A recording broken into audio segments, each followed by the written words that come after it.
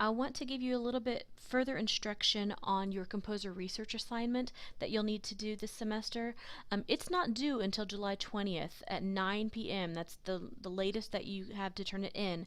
The sooner that you do it, the better, though, because if you get too far behind, you may forget about it or just not do such a good job. It might be a little bit rushed if you wait too long. You get to choose any composer that you would like. I will create a folder specifically for this assignment since it is a fairly big assignment for researching. That way you can have everything to do with this overall assignment in one place, so you won't be searching through the week's folders to figure out where this is. So I will have a specific folder just for this assignment. Like I said, it's due the 20th of July at 9 p.m. No later. I will not accept any late work on this, so get it done. The sooner the better. You will need to have 4 different things that you'll need to really focus on besides just the research. Once you get all your research done, you'll need to create a PowerPoint or some other multimedia form to present the information that you have researched. Definitely be creative. I will give you instructions on how to use Prezi if you don't have access to PowerPoint. Some of you may already be familiar with Prezi, so it won't be any new thing for you. But what's really great is that you could create a free account as a student, so you don't have to go out and purchase something if you don't already have PowerPoint. Of course, PowerPoint, most of you are probably familiar with. You can access that and do your presentation on there. Your PowerPoint will be sent to me at the due date. Creativity will be taken into account, so make it visually interesting. Make it something that I can tell that you've spent some time on. Your information will be turned into me not only as the PowerPoint, but also in outline form. That way you have the details that you may not have specifically on your PowerPoint. You'll have them all written out within your outline. So I'm not requiring you to write a research paper. You can keep it in outline form, but it does need to be detailed so that I can give you all the points possible. Of course, this is a research paper, so you will be doing research and you will need to give credit where it is due.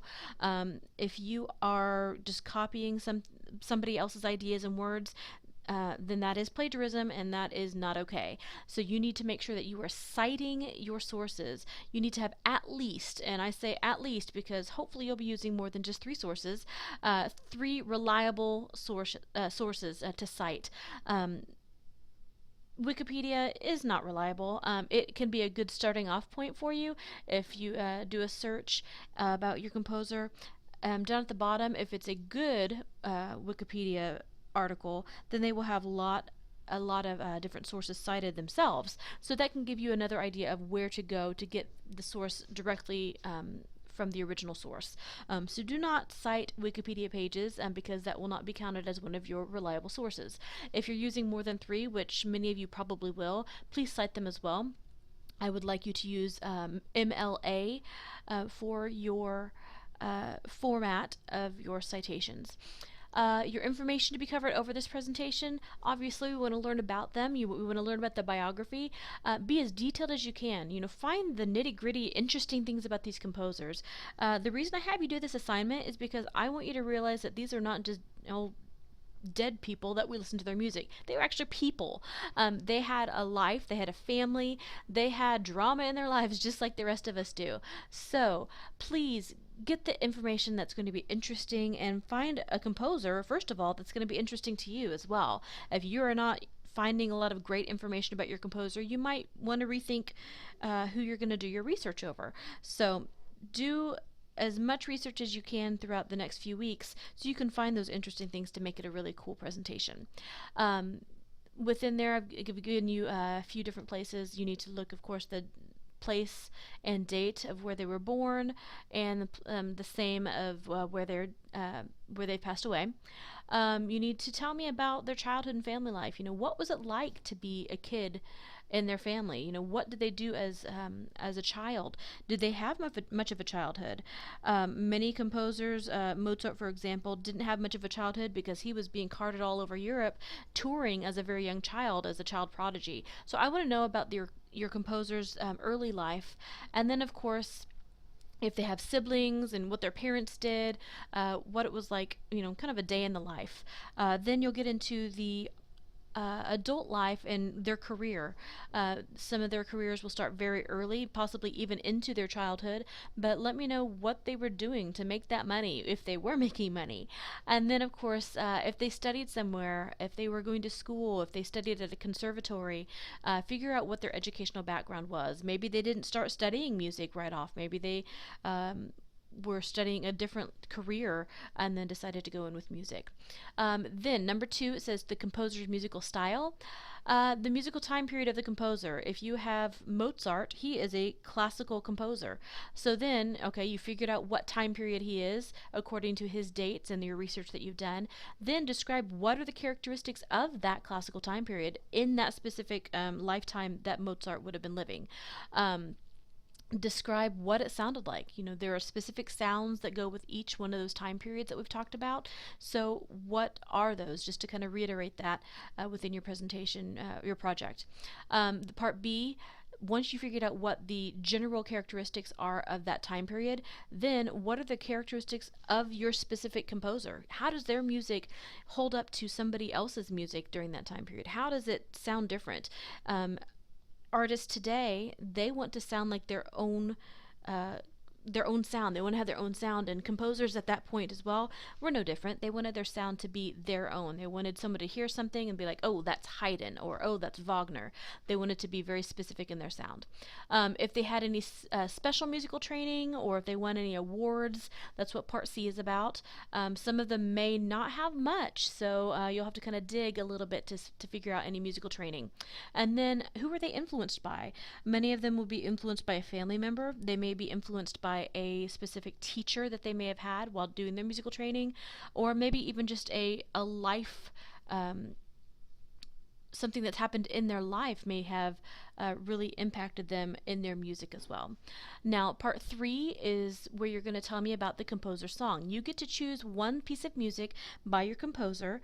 Now, keep in mind, this is broad term classical music, so a lot of these pieces of music are going to be fairly long. So, if you chose a piece from a symphony, let's say that you did Beethoven's Ninth Symphony, there are going to be several different movements within that. I don't expect you to listen to the entire symphony, which I would actually love for you to do, but in the essence of time, you're going to choose one of those movements or a section of that song to really get specific about. I want you to learn a little bit about it and be very familiar with that piece of music. So once you've chosen your song, then you will describe what it is that you've chosen. So you tell me, of course, the title of the piece. You'll give me the link so I can hear it as well. I'll read about what you've researched about this piece of music. When was it written?